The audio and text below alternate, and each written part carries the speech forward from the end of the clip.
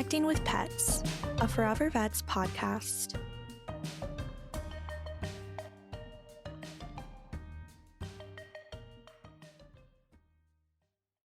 Welcome back, everyone, to the Connecting with Pets Forever Vets podcast.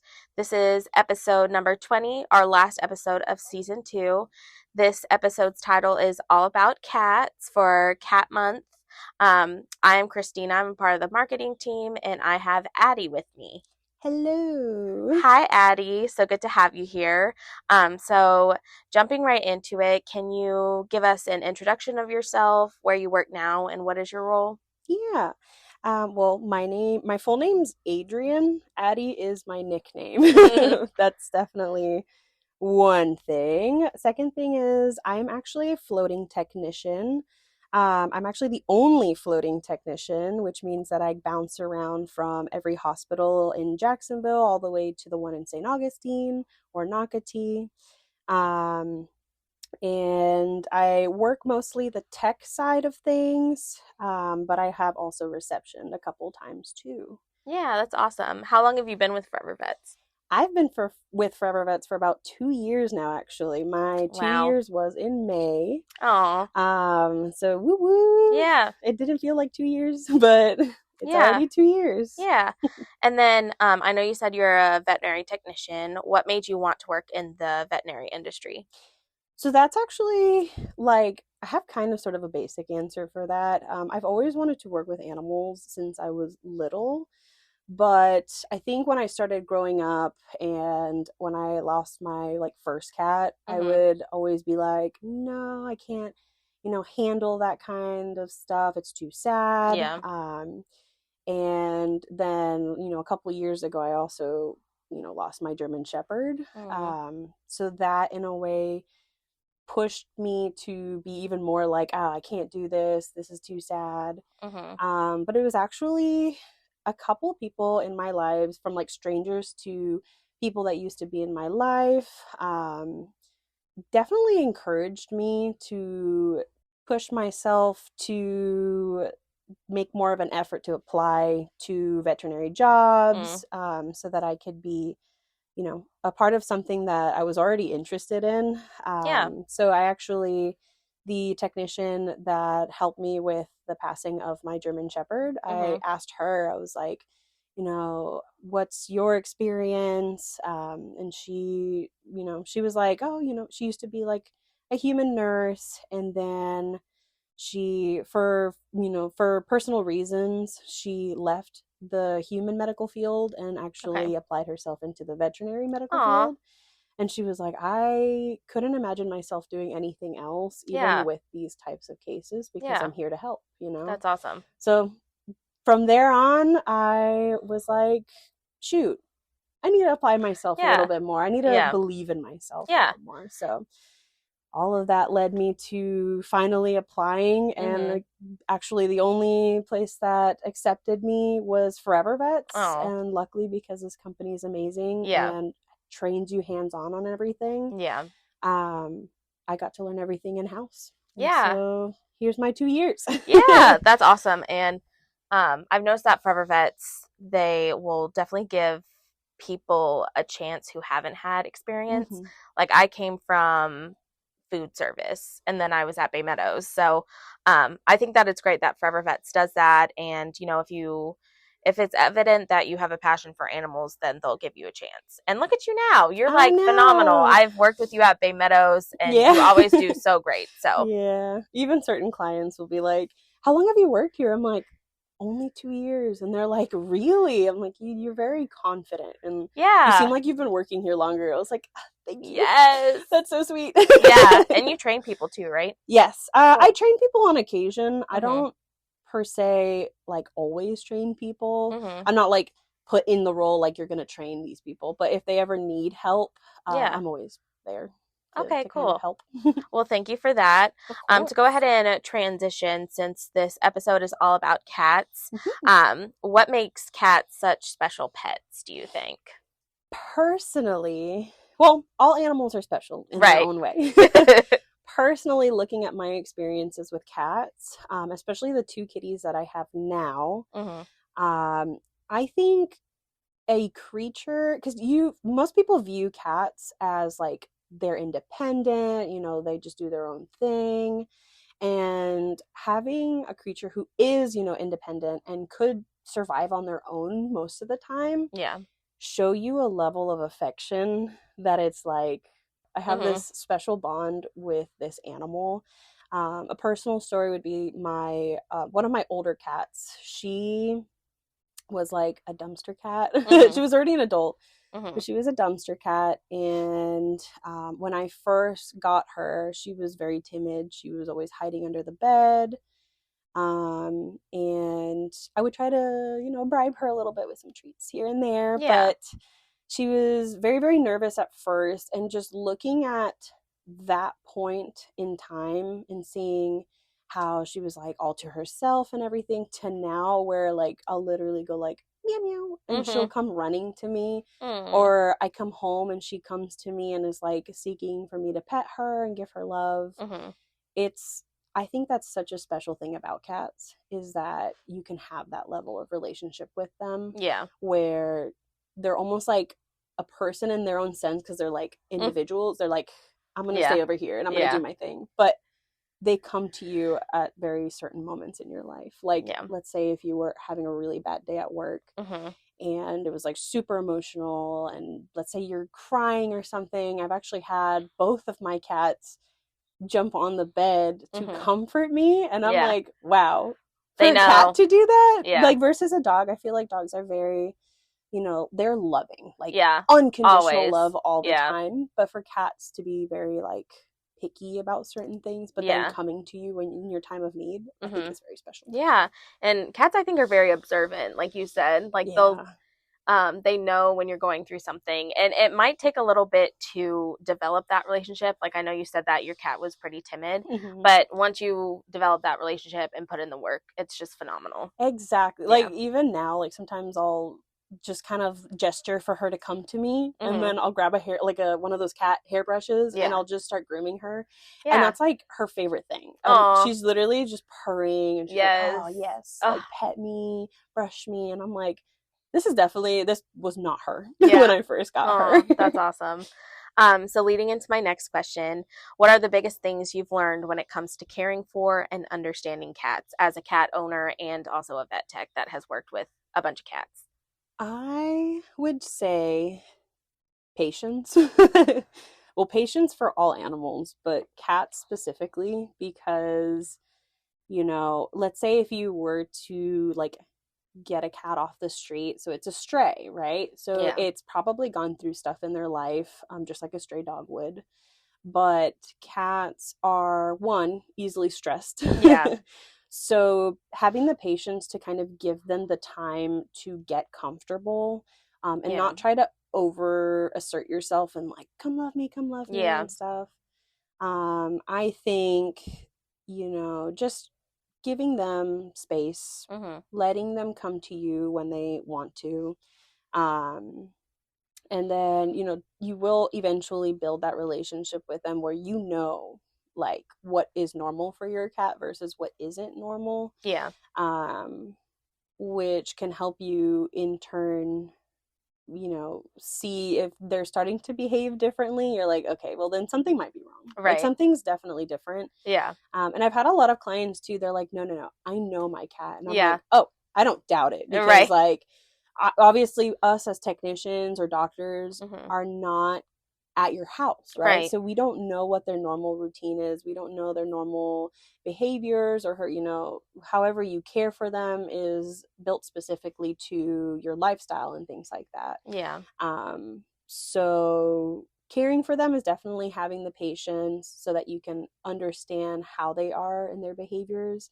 And then obviously if you're noticing anything strange, you're like, yep, that's not normal. So patience is ultimately the answer for them, for sure. Definitely. How often should someone take their cat to the vet? So at least yearly. The minimum I would say is yearly. Of course, because you have those yearly vaccines that they should be getting, such as like the FELV vaccine that not many people I feel like know about. but it's for feline leukemia. And it was always considered like a lifestyle vaccine because if your kitty was like indoor outdoor, they obviously have a higher chance of contracting FELV from another cat. Okay. It only takes like another cat grooming them, and then the saliva is present for them to contract that. So at least doing, that vaccine, and then the FERCP is the big one. It has a lot of the respiratory viruses that cats can get and all of that. So at least annually for those. And then I know for the rabies, there's like sometimes the options of 1 year or 3 year. Yeah. At least when they're younger, boostering it maybe yearly. And then as they get older, doing like the 3 year, but at least taking them to the vet like once a year so that they can also get checked up to make sure that we're not noticing anything abnormal. And if you have a primary vet too, who knows your cat, they can also pick up on certain things where they're like, on your physical exam, if they're feeling something weird, they're like, that's not normal. Did you notice that? And things like that. So at least a year. But if I know we also have wellness plans that come with like 2 fecals, 2 dewormings. So it's never a bad idea to also do it twice a year. So then you have very current exams on your kitties. And then obviously if you're noticing any weird signs, if they're sick, if they're like vomiting all the time or something, just straight go to your vet. And then with that yearly exam, do you recommend getting blood work? I do, because even if they're healthy, at least you have a like, this is when they're healthy blood work. And then if they ever do get sick and we do blood work then as well, now we have something to compare it to. So you can see at one point in time, let's say the kidney values were normal and then we did blood work again and then their kidney values are elevated. You're like, okay, that definitely is not normal for them because we had the blood work previously and it showed that everything was like within normal range. And now it's not.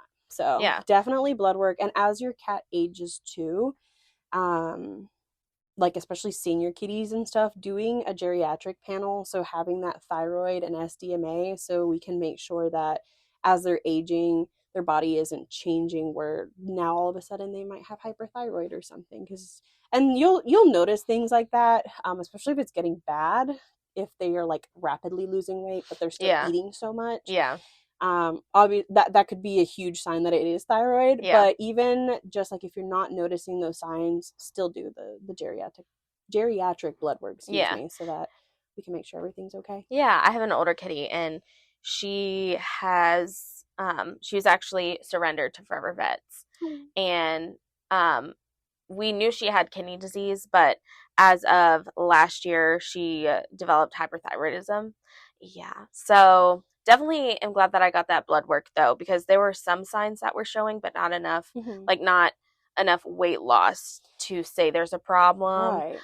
So that's why I am glad that we did that blood work because it showed early signs of hyperthyroidism for sure. And sometimes I'll hear here and there in the clinic like, oh, I'd rather not do the blood work because I don't want to know. But honestly, it's better if you do the blood work and you know ahead of time so that you can fix it a lot faster versus letting it progress to a point where it's like very now painful, it's super expensive now. And it's almost like life or death at one point. So I think it's definitely worth doing the preventive blood work. And then I know we talked about like vet visits and stuff. How can a client or cat owner strengthen their relationship with their cat? I know you touched a little bit on it when you talked about patience and things, but is there anything else that someone can do? I think, just along the lines of like, of course, with patience and everything, once you get to know your kitty, doing little things like what I do with my older one with grooming her, I feel like is a moment between me and her where we're bonding. So I'll sit there and we're just brushing and we're watching TV, and that's my idea of bonding with her. My little feisty little one he is definitely a character, and some kitties can be, some can be a little spicy here and there, but for him, I feel like my version of bonding with him is like roughhousing with him, weirdly enough. I might get scratched up here and there, but I think it's worth it in a sense, because ever since he was a kitten, his thing was always like aggressive playing.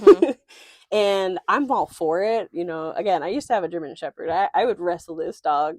So I'll sit there and I'll like grab a toy and I'll start like jingling it in his face and like roughhousing with him. And I think that's my version of bonding with him. Yeah. So it's finding like the quirks of your kitties. And again, all cats are different. So some can be more timid, some can be more spicy or just outgoing in general. So it's finding the things that you notice they like. Yeah. And then just repetitively kind of doing that with them. Let's say like on the evening time when you come home, if coming home, sitting on the couch and brushing your cat is like a routine, that's bonding with them, you know? Even if it's the same repetitive thing over and over. Yeah, that's good.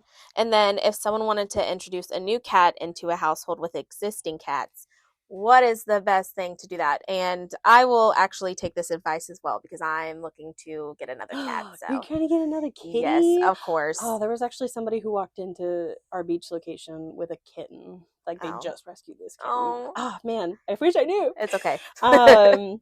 So I actually had to deal with this when I introduced my little one to my older one. Cats are very territorial in general. Some cats will easily accept another one, especially if they grew up around cats, like a whole bunch of them.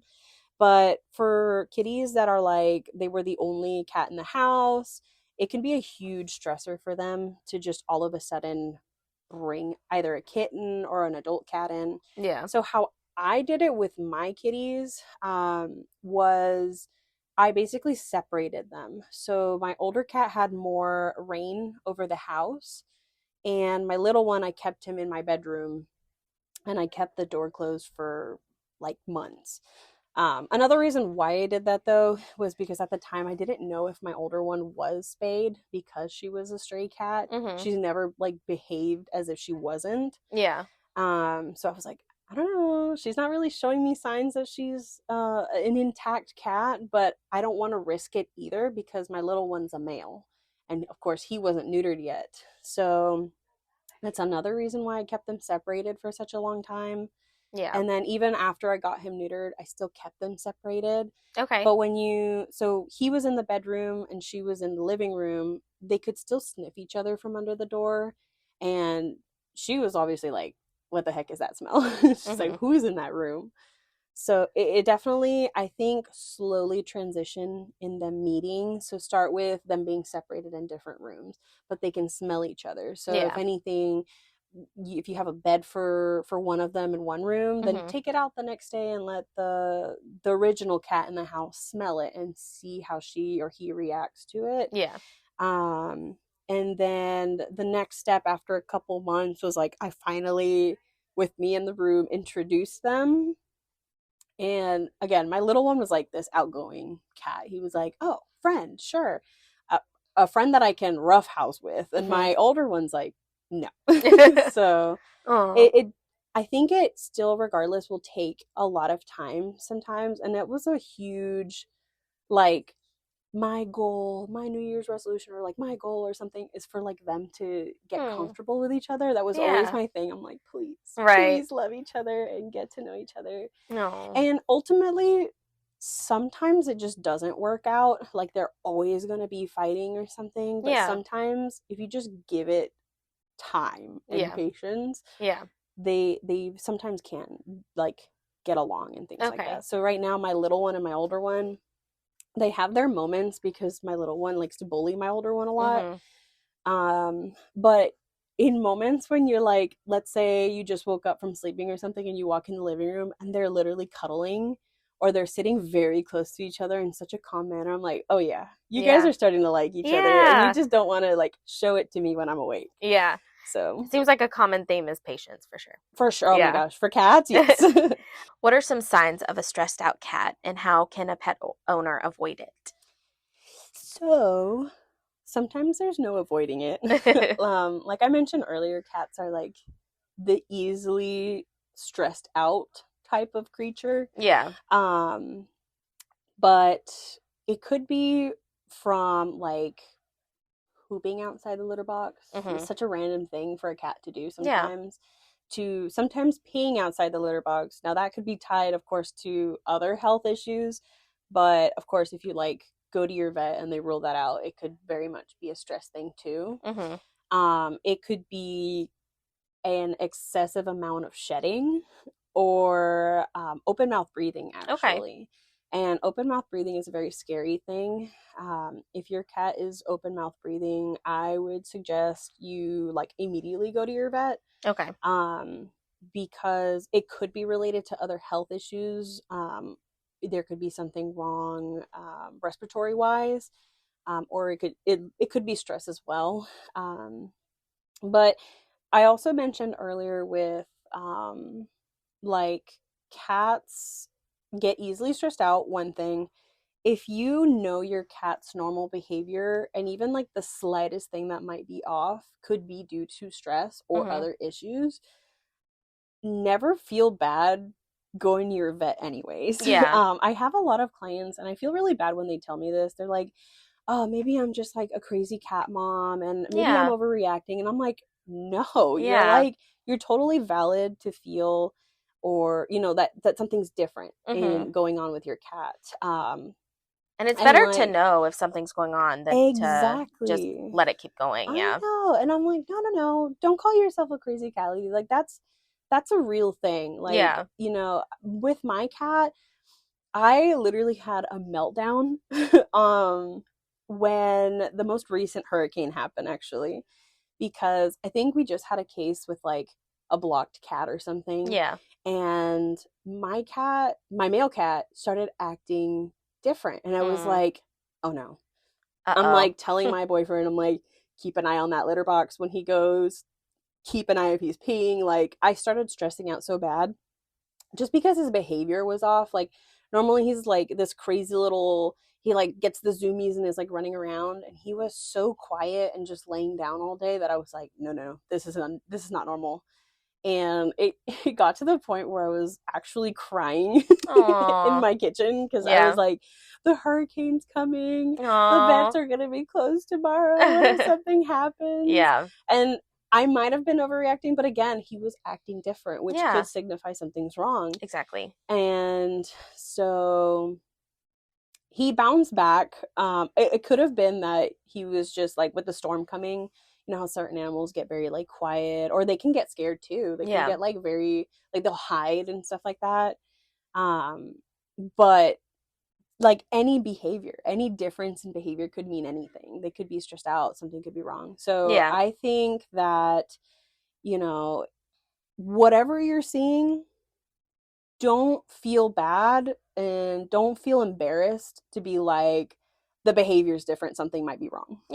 That's a completely normal thing. That is, you're being, you are being vigilant in making sure that this living creature that you're taking care of, that is like your child, is okay. And that's important. So. No, that's awesome, and thank you for giving us cat owners some reassurance about that, because I definitely feel like a crazy cat lady sometimes. No, don't feel like crazy cat lady. If something's wrong. Exactly. Might be. Better to know. Than just sit there and stress out the whole night or whole day. Yeah. And then, do you actually have a testimonial story of a cat who benefited under your or Forever Vet's care? Yes. So there was a cat, and this was I think our beach location's client and patient. But there was a cat who was, it was a male 2-year-old kitty, and he, like, every couple of months was having urinary issues.